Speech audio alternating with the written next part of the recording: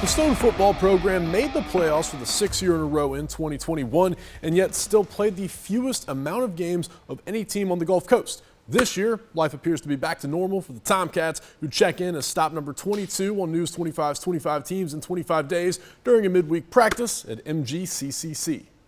25 teams in 25 days. Brought to you by Champion Chrysler Dodge Jeep Ram. It feels better now, knowing that we're going to our first game, not having a break. Yeah, we got something to prove. It's like starting over again because, last year, of course, we were shut down going into the season last week of summer, and then we forfeited the first 2 ball games. So that's a lot of days we missed. And I think our kids forgot what camp was. I forgot how long it could be and how tough it could be because we missed these days last year. COVID-19 has been a momentum killer for a lot of high school football programs over the last 2 years, but no team from the 6 coastal counties waited longer to kick off the 2021 season than the Stone Tomcats. Last year this time I was angry because you see people posting on stories and stuff about football games. You're like, oh man, we could have been there, but we weren't. Biggest challenge from that is you can't get those reps back. You're not going to gain ground on people. You can't make up game reps. You can't make up those practice reps.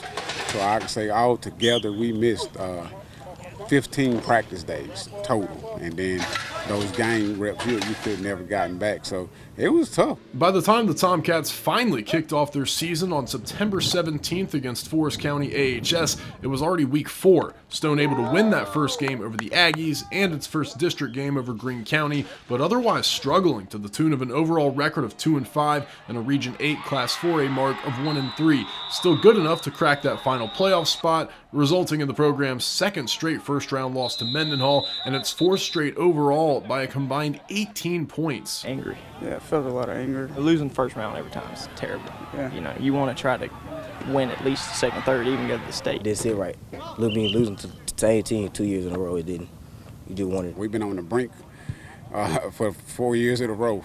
So, why not us, man? Why we can't get over that hump? We've been blessed to be amongst the playoff teams 6 straight years, but for me, it's not good enough. Stone's still not too far removed from its first playoff win and home playoff game in 25 years back in 2017. This year's crop of 16 seniors, only 7th graders at the time, but showing similar leadership qualities, starting with the big guys up front all off season long. Every Thursdays we'd also have O-line practice, make sure everybody got there. Really just about learning our plays, getting just right on the offensive line because everything starts, with the offensive line. Really all about leadership. A good team's got to have good leaders. Overall, Stone returning 13 starters this season, including leading tackler Trevor Bond. On offense, first-year starting quarterback Connor Tice leading the way, alongside big play weapons Chasden Collins and Andrew Bradford. 7th-year head coach John Feaster says he's been pleased with his entire team's physicality, a byproduct of its EAT mantra, standing for effort, attitude,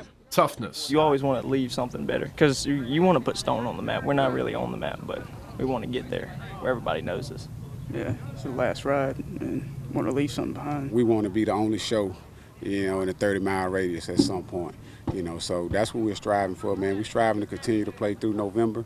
That's the goal. We want to play in November. We want to cut our practice field lights on. Preach to them, leave a legacy, man. How do you want to be remembered? The Tomcats kicking off their 2022 season on the road at St. Martin on August 26th. All right, coach's picks coming at you. John Feaster doesn't want to play favorites with restaurants, so he says if he's hungry in Wiggins, he's having to whatever Coach Marcus Hinton is cooking. As for coaching idols, he's going with local legend Dodd Lee from Picayune and then Marion Henley from the old Carver High School. And finally, favorite championship moment, how about his 2002 Cincinnati Bearcats winning the 2002 CUSA Co-Championship?